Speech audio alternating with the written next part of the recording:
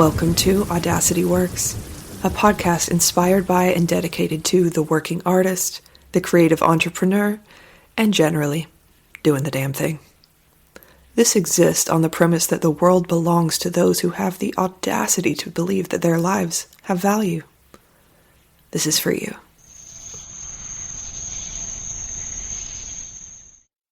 Welcome to Audacity Works.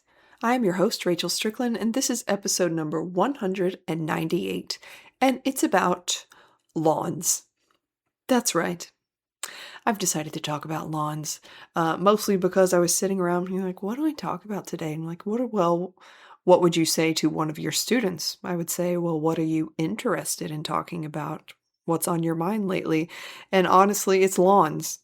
It's lawns. So that's what I'm going to talk about. But first, some tiny updates for you. It's Monday, the 17th of August, when I'm recording this. And last night, Sunday night, we had our first class of 7 Deadly Satisfactions. And it was, in a word, satisfying. The homework that I gave to them certainly applies to me as well. We've taken sloth as our first deadly satisfaction to dive into, and it's working great for me. I'm slothing all over the place and yet still getting done what I need to get done. Isn't that interesting? Taking the mantra, we do not rush, to heart, even more than I was already, and can confirm 10 out of 10 do recommend not rushing. What else is coming up, you may ask? I'm so glad that you asked. This weekend, I'm going to Asheville, North Carolina for the Asheville Butoh Festival. I'm going to take a workshop and see a performance. I've never actually seen a dedicated Butoh performance, even though I've long admired the art form. I still don't know much about it. I've only taken one workshop before, and for some reason, which actually makes sense to me, the workshops in Butoh are always 4 hours long. At least the ones that I have had access to. 4 hours. Yeah, that's new for me. It's going to be a quick trip. I'll go up Friday, see some friends, and then a 4-hour workshop on Saturday, and then seeing the performance that night. Very excited to see it live. The woman who spearheads, I suppose, the popularity of Butoh in Asheville is Julie Gillum, who I have known since I was in college, like 25 years ago, at the University of North Carolina at Asheville. The university worked closely with Bebe Theater, which meant that I've performed a lot in Bebe Theater with Mel, my brethren. There's not a better word for Mel. Actually, there's a lot better words, but you wouldn't know what they meant. They know what I mean. And this is where the workshops and the performances still take place. And the performance is done by Julie Gillum. I am so excited. I saw her do a tiny bit of Butoh. I'd never seen it before. I think I was 19 years old. It blew my mind. I'm like, what is happening? And then, I got quite distracted by circus, like you do. And now here we are. Here I'm going to Butoh Festival this weekend. I'll let you know how it goes. Other things upcoming, if you are interested in being on the interest list for Creatrix, that is my witch retreat that I hold here in South Carolina. It's actually on Edisto Island, the very, very beautiful place where my mom lives. And you may have seen it if you follow me on the gram. Anytime I'm on a beach, it's pretty much always Edisto Island. Or if I'm sending pictures of the creek or sunsets, that's Edisto Island. It's gorgeous. And a very fecund, I don't know how to say that word. Feel free to school me. Fertile. a very fertile place to practice and learn magic, witchcraft, folk traditions. It's going to be in May of 2027. That's going to go live next month. So get thee to the interest list if you want to be the first to hear about it. All right, let's move on to the main event. All right, why am I interested in lawns and why am I talking about lawns? Well, it first started when we bought this property. Me and Manflesh bought this place. It's almost 6 acres with a house in 2020, in November of 2020. So it's been almost 6 years that we have lived here. We did buy, but we don't consider ourselves owners of the land because you can't own land. Like, it was stolen, first of all, in the first place. But we do consider ourselves stewards of this land, particularly as we are watching all around us, the forest being cut down and the habitats being replaced with mini mansions and perfectly manicured lawns and street lamps, picket fences, blah, blah, blah, blah, blah. If you're into that kind of thing, no shade at you. It's not about you, not throwing shade at you. But we have been watching it happen very quickly, and at least once a month, we get a phone call or a letter from someone who wants to buy our property. And we're like, fuck off. I am not about to let someone come up in here with a bulldozer, take down our trees, and put up some mini mansions. You could fit a lot in here. The neighborhood next to me, the one that I walk in, I haven't counted the houses, but there's a lot of them. And each little plot is, I think, like 0.02 of an acre. I don't know. Manflesh knows, but I haven't asked him. No one has asked us how much we bought our place for with its almost 6 acres of wilderness. If they ask, we'll tell them, but they won't like the answer because, we bought it in 2020 when the interest rates were at an all-time historic low. We got very, very lucky. Got it for a song, comparatively. So there we were, and we had all of this land. Most of it is wooded and wild, but there is some amount of grass and lawn and pasture. I promise there's a point to all of this. It's not just me talking about my lawn. So we had all this land. We're like, all right, got to take care of it. Here's this mower, came with the house, like transferred ownership to us with the house. It's about 1 billion years old, but it does still work, mostly because Manflesh knows how to fix it when it breaks down 5 times a summer. And I had never been the steward of a piece of land before, but I had a lot of happy memories of my dad mowing the lawn when I was a kid. It looks exactly the way that you think it was. Very cute. Sometimes I could ride, on the lawnmower, sit behind him. Aw. So like, okay, well, I guess that's what I do then. And I found a thing called weed and feed, like some substance that you're supposed to put on your lawn to help the grass grow. I'm like, awesome. I bought a bag. It cost $40 and weighed about 40 pounds. And then I read the back of it. I'm like, this is literally poison. Why would I put this on the ground? Like, yeah, it feeds the grass with some kind of chemical, and it also kills anything that's not grass. Why the fuck would I put that on the ground? I'm not doing that. So it sat there for 5 years. Finally, Manflesh put it on Facebook Marketplace. I'm like, does anyone want this shit? Give me $10. You can come have it. And now it's gone, and I'm glad. And that made me curious. And I started looking up lawns because it started to strike me like, this seems stupid.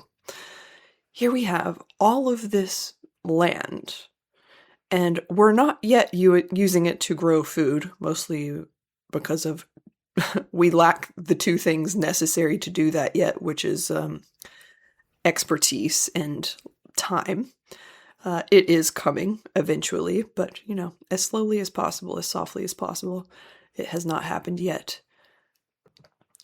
But realizing how asinine it seemed to spread a chemical onto the grass, trying to make the grass greener and anything that wasn't grass dead, like brambleberry, which is native here, clover, any kind of weed or wildflower it's supposed to kill. Like, that's so dumb. Like, why would we do that?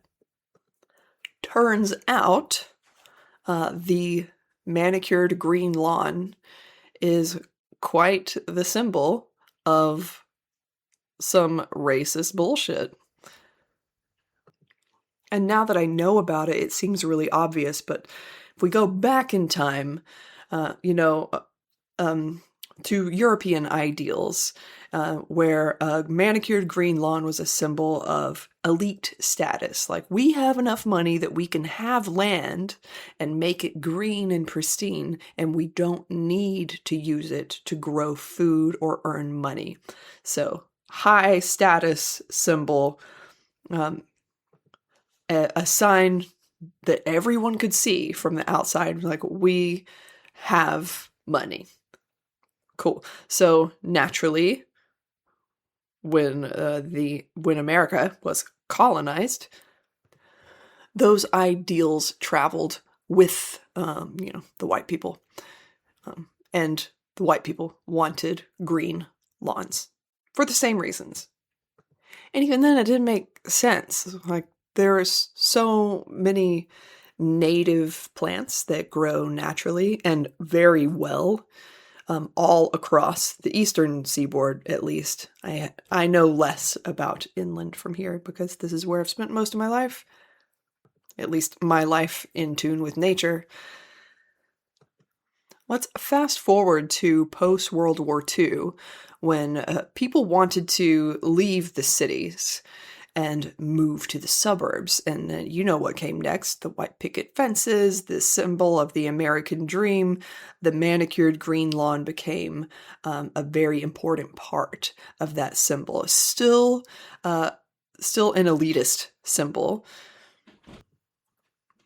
And yet it was also a symbol of, I'm using air quotes here, an achievable American dream, that any family could move to the suburbs, have a green lawn, have a white picket fence, raise a family in spaciousness and surrounded by, again, quote unquote, nature. Except every family couldn't do that, could they? Here, I'll prove it to you. If I wouldn't do this, but if someone were to be describing a person and you're like, okay, well, what did they look like? And the answer was urban. Well, what did you picture? New example. If someone were describing a person to you and you said, hey, what do they look like? And they said suburban. What do you picture? That shit is not an accident. We already know this, okay? This is not news.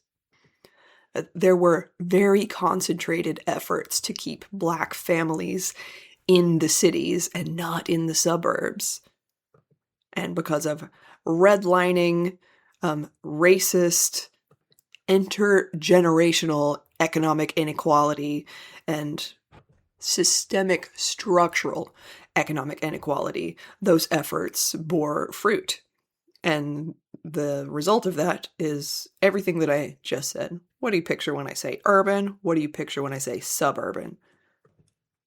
And there's more to it. If you went back to Jim Crow South, Black families rarely had grass lawns because grass wasn't functional. They had dirt lawns that were kept swept clean. My grandma had a dirt lawn. My grandma was white, but her back yard was dirt, swept clean, because it was a functional space. It wasn't used to grow food, it was used to live. But then people were getting, they were wising up. Hey, the white people really like these green grass lawns. Guess what happened next? Marketing, bitches. Which is just so wild because it seems so obvious now that I'm looking at it through my current lens and my current value system. I'm like, lawns are so stupid. Why are we doing this?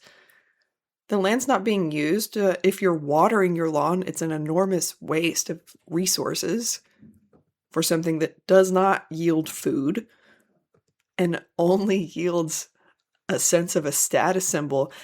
But if you buy a home in, I'm going to use air quotes again, a nice neighborhood in the suburbs, that neighborhood might very well come with something called an HOA. You probably already know what this stands for, Homeowners Association.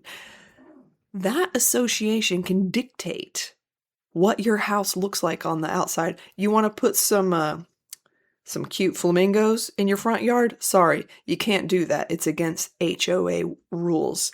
You want to replace your lawn with something more ecologically friendly, like clover. No, you're not allowed to do that. It has to be grass. It has to be grass. There was a patch of clover that took hold in one of my neighbor's lawns, and I used to walk right over it, and I admired it all winter because it was this bright, vibrant green, because clover it self-fixes its own nitrogen, which means it stays green all through the winter. And most of the grass that we have here in coastal South Carolina is St.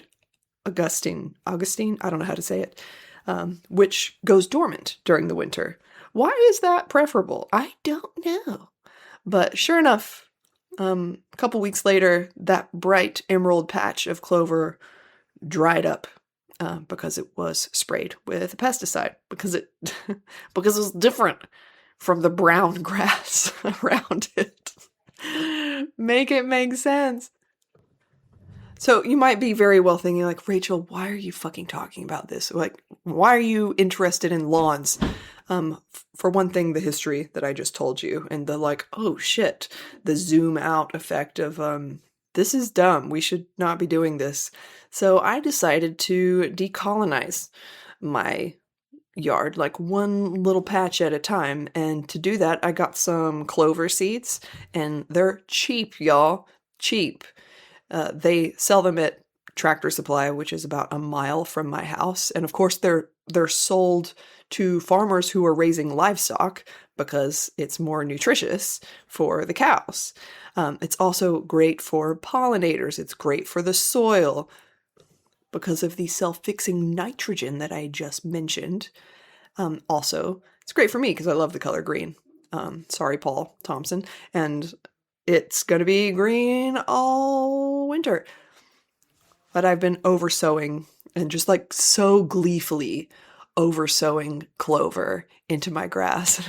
I told my stepdad, who turned 80 on Friday, by the way, happy birthday, Bob. He said, what you been doing? I said, I'm oversowing my lawn with clover seeds. And he was like, why? Because of course, he was raised in the generations like green lawn. That's what you want. That's what we're gonna spend a bunch of money to take care of. Like, 'cause I want to. It does, if you're interested, it does take a little bit of babying the first couple of weeks. I know you're supposed to put it in a seed spreader and mix it with sand. I'm not doing that shit. I just walked around, put my hand in a bag and threw it everywhere. It was very joyful. Enjoyed it the entire time. It does need to be watered a little bit, but I don't water my lawn anyway. And it's been quite rainy and stormy, so that's been kept at a minimum. And once it's established, decolonized yard. Hell yeah. This is important to me because I think the way that we interact with the native environment outside, one, it's always been fascinating to me. I love trees. I love plants. I like learning their names. That seems normal to me, but I understand that it is not. It is not as normal as I think it. I just think it's normal because I was raised by my dad, who's exactly the same. And now I'm just joyfully learning about wild herbs, native plants, replacing invasive species in the yard with things that are like supposed to grow here and grow very, very well here, and they're better for the wildlife. Yeah, so we are those people in the neighborhood. Another thing that we do to alienate ourselves is that Dad feeds the deer. He likes to feed them corn. So we started calling him the Corn Man, and the deer show up and are like staring into the windows of his tiny little house twice a day, once in the morning, once in the evening, like, what's up, Corn Man? Come on, dish it out.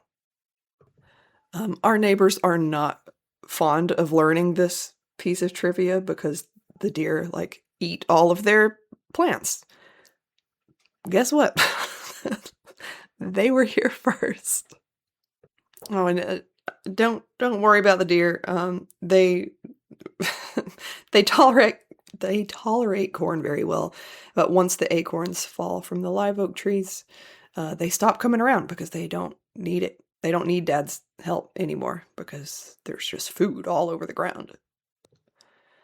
I know. I'm looking at the time. I am aware that this is a very niche topic that's not really in tune with art or creative entrepreneurship. However, I think it is in line with making our own choices and creating a life that we can stand beside proudly out of our values. So here you go. Podcast about lawns. If you have requests for future episodes, please let me know. You can find me always on Instagram at Rachel Strickland Creative or on Patreon at Rachel Strickland Creative. This podcast is powered by Patreon, so thank you so much to my patrons. You are the light of my life, and you make so much possible for me. Thank you for your trust. Thank you for standing with me. Thank you for being here. Until next time, friends, decolonize your shit. And don't go back to sleep.